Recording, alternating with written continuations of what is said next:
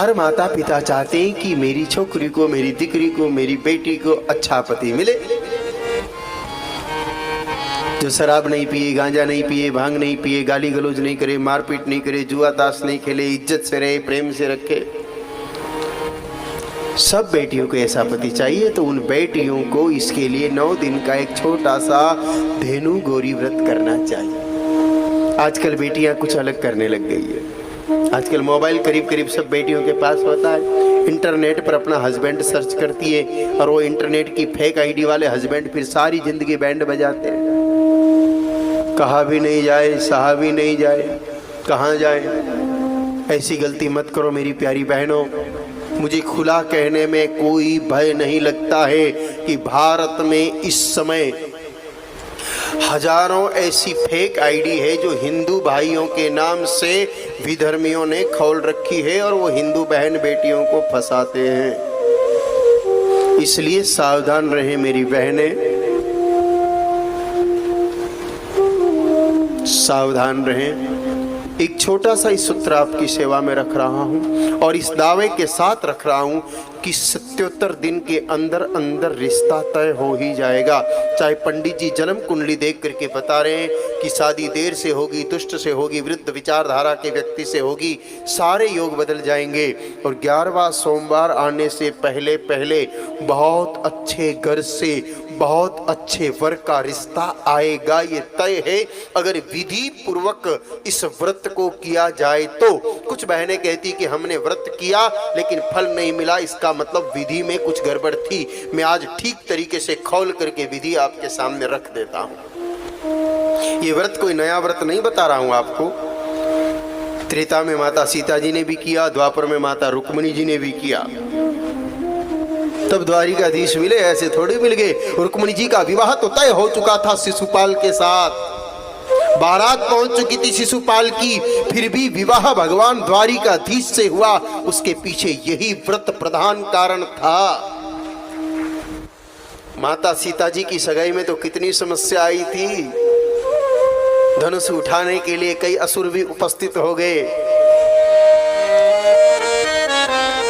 सब जानते हो आप इस प्रसंग को, नया नहीं है कि जब राजा जनक जी ने घोषणा की कि धनुष उठाने वाला ही मेरे लाडली कन्या का पति बन पाएगा, सीता का पति बन पाएगा, लेकिन धनुष उठाने के लिए कई असुर भी आ गए। तब सीता जी व्यथित हो गई और सोचने लगी कि ये धनुष अगर किसी राक्षस ने उठा लिया तो मेरा क्या होगा।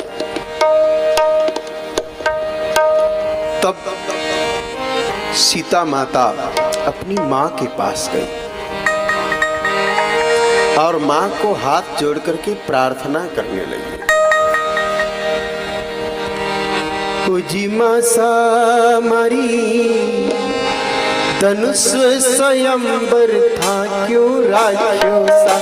जी माँ सामरी धनुष स्वयंवर था क्यों राजो सा। सपना में माने चलना अवध दुलार, सपना में माने परण्या श्री अवध दुलार। हरी धनुष स्वयंवर था क्यों राखो सा। धनुष स्वयंवर था क्यों राखो सा। सपना में माने परण्या श्री दशरथ लाल।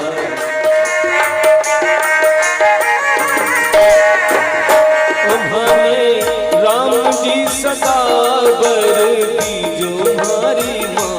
उन्होंने राम जी सदा बर दीजो हमारी माँ। अमरापुर मारो सासरी मैया, अमरापुर मारो सासरी। राम जी सदा बर दीजो हमारी माँ। राम जी सदा बर दीजो। कन्या का कि माँ ने कहा कि मेरे गुरुदेव ने मुझे व्रत दिया, उसी व्रत की शक्ति से मैंने विधिराज जनक जैसे पति को पाया है। आप भी व्रत करो बेटा, आपको भी अच्छा पति मिलेगा। सीता माता ने वो व्रत किया, राम जी मिले। विधि सरल है, उस व्रत की बता देते हैं आपको। सिर्फ 9 दिन का व्रत है, युग धर्मानुसार थोड़ा परिवर्तन है। पूर्व युग में थोड़ी विधि अलग थी, अब थोड़ी सी विधि अलग है। 9 सोमवार का व्रत है। सोमवार के दिन बिटिया सुबह जल्दी उठ के स्नान कर ले, गौमूत्र युक्त जल से स्नान करे ताकि गंगा जल से स्नान हो जाए।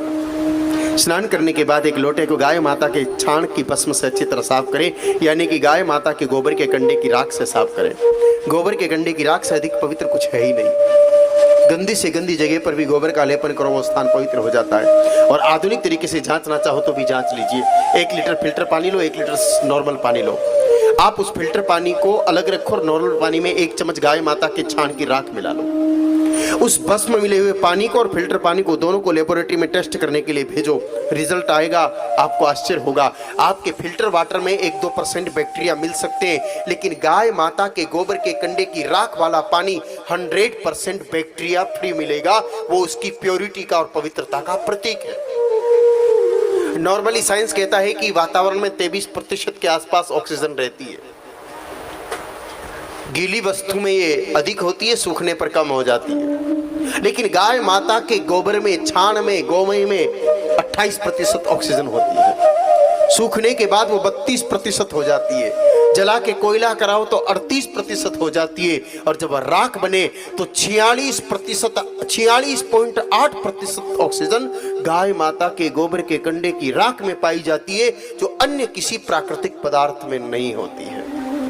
ये उसकी शुद्धता का सबसे बड़ा पैमाना है। इसलिए गाय माता की गोबर के कंडे की राख से पात्र को साफ करके उसमें पवित्र जल भर ले, उसमें शुद्ध गाय माता का दूध ले ले। उस दूध मिले हुए जल को भगवान शिव जी की मूर्ति पर चढ़ा के माता पार्वती जी का ध्यान करके घर आ जाएं और घर आकर के गाय माता की 9 परिक्रमा करें। और परिक्रमा के समय मेरे भाई बहनों, रामचरितमानस की उस चौपाई को 9 बार बोलें, जिस चौपाई को भगवती सीता जी ने श्री रामचंद्र जी से विवाह के निमित्त बोला था। मत्स्य पुराण के 82वें अध्याय के 12वें श्लोक में वैसे भी लिखा है कि कलयुग में गौ को ही गौरी के रूप में पूजने का विधान है। जय जय जय गिरिराज किशोरी,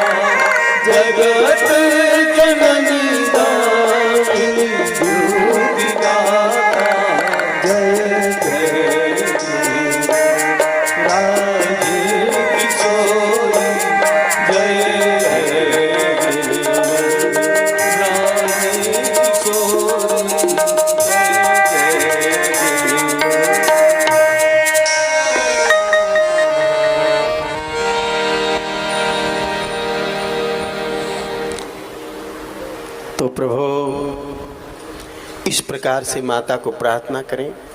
फिर काले तिल और गुड़ गाय माता को खिला के गाय माता के सन्मुख वो कन्या खड़ी हो और फिर गाय माता से प्रार्थना करे कि हे माँ, जिस प्रकार सीता जी को राम जी प्राप्त हुए, जिस प्रकार रुक्मणी जी को श्याम जी प्राप्त हुए, उसी प्रकार हे माँ आप हमें भी उत्तम पति प्रदान करें।